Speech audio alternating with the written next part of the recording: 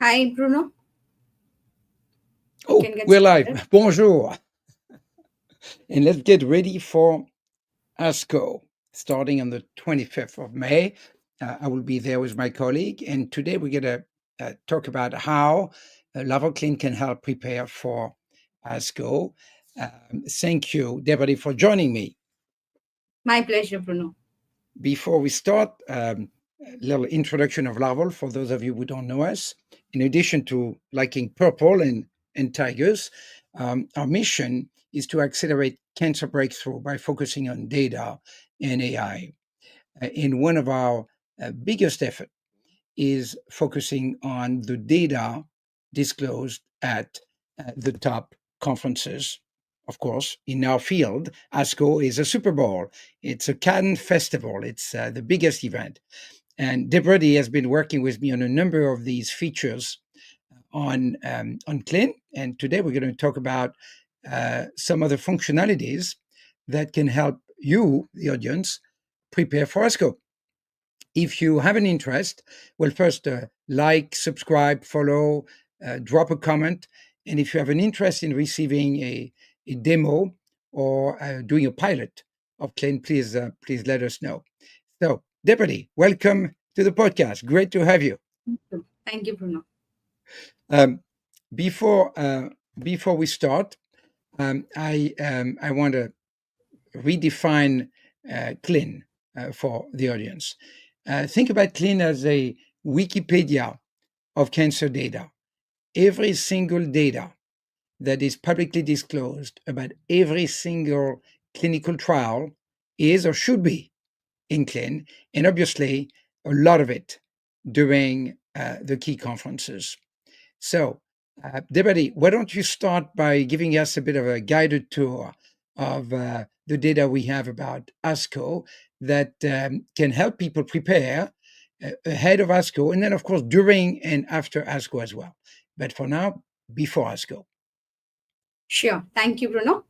So, hi everyone. As you have already understood, that today's episode is all about ASCO 2025, and we want to showcase how Larval CLIN can be used to go beyond the main headlines and get into the deeper insights of the conference. So, let's begin with the tab, which is the top trials tab. And this is one of the tab, which is the analytic tab that basically, as you can see, is a color coded, curated uh, ecosystem of top trials that has got the maximum reactions from the influencers on X. And as you can see, the color codes indicate red as in negative, gray as in not rated, olive as in mixed, light green as in positive, medium green as in practice informing, and dark green as in practice changing. So let's deep dive into I've one got a of the little I've got a little comment on that. Um, the first comment is that, and part of the idea of this podcast, by the way, is to build in public. So if we find a bug or we have an idea, we don't wait, we talk about it. I argue, Debody, and you can pass that to your colleague, that not rated should be to the left of negative, because these are cases where we don't have enough data. The AI doesn't have enough data to take all of the comments from oncologists and to give it a rating. So maybe look at that with Sridhar and the team. Right. The sure. second point is that uh, what we have here is a number of commentaries on X from a panel of 6,000 oncologists, and AI is extracting the sentiment of that comment. So it's actually a very uh, it's a balancing act. We need to make sure we capture every comment of every oncologist on X about every data disclosure at ASCO, even if there's no hashtag mentioning ASCO 25, by the way. So we have tricks to do that. We won't say all of the tricks. But the other point I want to make about the legend is that there's a little bit of a semantic trick here. For example, positive, practice changing, and practice informing are three different sentiment, which means that in our language, positive does not mean it means just positive, but not extremely positive. Because if it were extremely positive, it would be practice changing. So, in other words, what we mean by positive is positive, but not positive enough to be practice informing or practice changing. So, I recognize it's confusing a little bit. But when people see it as alternative, I think they understand that these are ordered, categorical sort of tags. Does it make sense, everybody? Certainly, certainly. As you rightly mentioned, that this is not just about the community sentiment. It is also about the trial design itself. Also, sometimes plays a role, and the survival benefit and the statistical power the trial has. So it's all, the rating is definitely not arbitrary. So that is how what Actually, gets into the top that's a trial. good point. If you don't mind, click on Destiny Breast 9. Let's look at the negative comment that we got and Sure. see what the AI has extracted. Because as you said, um, okay, so in this case, toxicity was mentioned. So let's see, maybe it's a mistake, by the way. Is not given free treatment, all right? First century, okay. So yes, so here I think it's a critical comment, negative comment, you could say, about the the toxicity of the treatment, right? Yes, It doesn't because it mean is that, not chemotherapy free. right, right. So the AI detected that it's a negative comment, right? Now the same doctor might have made other positive comments too, by the way, Mhm. but they made a negative comment here, and the AI indicate whether it's toxicity, cost, lack of efficacy, or trial design. We have four types of negative sort of extraction. Okay. So we'll continue with the analytics tab for top trials. So as we can see that atomic trial has the highest number of reactions. So Bruno, you mentioned about the not rated segment. So let us look into a deeper uh, view of what this not rated essentially would mean, wherein the influencers have commented, but the AI probably could not pick because the sentiment is not having the terminology to demarcate it as a positive or a negative one. Go back up a little bit. Um, okay, it says there 4 weeks away and looks like it's going to be a practice changing ASCO. Yeah, so it is practice changing, but interestingly enough, the AI knew not to tag every trial as practice changing. Right? I think it's a subtle difference. So these, because the abstract, the full text has not arrived, have not arrived yet, right? It's arriving I think the 22nd. That's true. So Yes. this is based on the titles of the abstracts. How many titles? Maybe 5,000, 6,000. And what happens is that on X, the oncologists are sharing their top lists, and our AI system extract data from these top lists. Um, and you can see these are really, most of them are lists. Clearly, the one above is a pretty long one. Some are shorter lists. This one is a quite of a long list. Um, okay. Another quick comment, by the way. I mentioned that these are from 6,000 oncologists. Maybe go into the influencer tab for a second. Yes. So these oncologists, it's a curated list that we maintain, and we conduct a survey about which one are the top voices. And we have an analysis that takes into account the nomination, but also the level of social engagement, the productivity in posting, in order to rank and identify the top voices. In the Tony Cherry is a top voice, Dr. Amola Kade is a top voice. So the top voices are Andrea Necci is a top voice. So these are the top voices. Go to the next analytic by clicking on this. Yes. No, sorry. I meant the previous one is actually the correct one. I misspoke. Yeah. Yes. So these are the top voices. No, the top voices, the top digital opinion leaders that express views. And I'm sure our audience can recognize many of them. Okay. And let's look at the next analytic.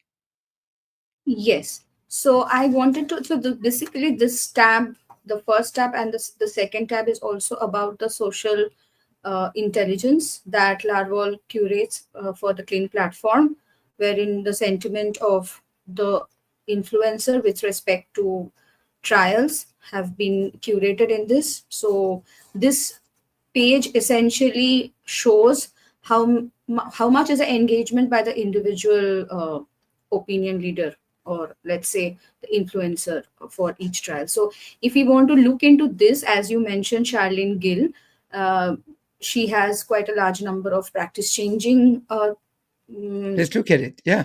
yes. So as you can see, she has commented on checkmate HHW, and she has listed a couple of trials: Matterhorn, Atomic, Challenge, Dynamic C3, sorry, Dynamic 3, CO29, and there are some continuous posts by her. So she has already marked this as practice changing, essentially why. So Well, that's stay there for a second. 4 weeks away, it looks like it's going my top pick for key abstract. Yeah. So she's not saying specifically that these two disclosures or these two trials are going to be practice changing. She's saying, again, the whole event is going to be rich in practice changing. She hasn't seen the data yet. So it's correct to rate this as not rated. But let's look at all of the ones that were tagged by our AI as practice changing and see whether that's correct for Dr. Gill. So click on the dark green segment. Yeah. And let's look at a couple of these. All right. So the first one, so here, okay, 1 second. So in this case, she mentions two trials. So Keynote E27 and Caro 06. Yeah. So it's okay. It's a little bit of a unusual situation because she listed a long list. It's actually the same tweet that is yes. used to support the rating for both trials. What's interesting is why is it that the AI tagged these two trials as practice changing? And 1 second, 1 second.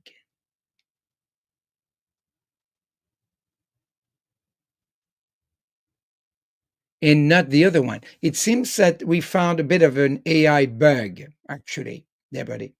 Again, this is called build in public, meaning we're not trying to hide little challenges. And in this case, why would it pick only two of the 4 trials mentioned here as practice changing? You see my challenge? Yes. Right? Because arguably, if the AI said these are the top and they're practice changing according to the sentiment of Dr. Gill, the 4 of them should be tagged as practice changing. Now, it's not very important because the practice changing color of these trials is going to become clearer and clearer as we get more data. We're going to have enough data. But right now, it's a bit of a quirk. It's a bit of a slight miss, right?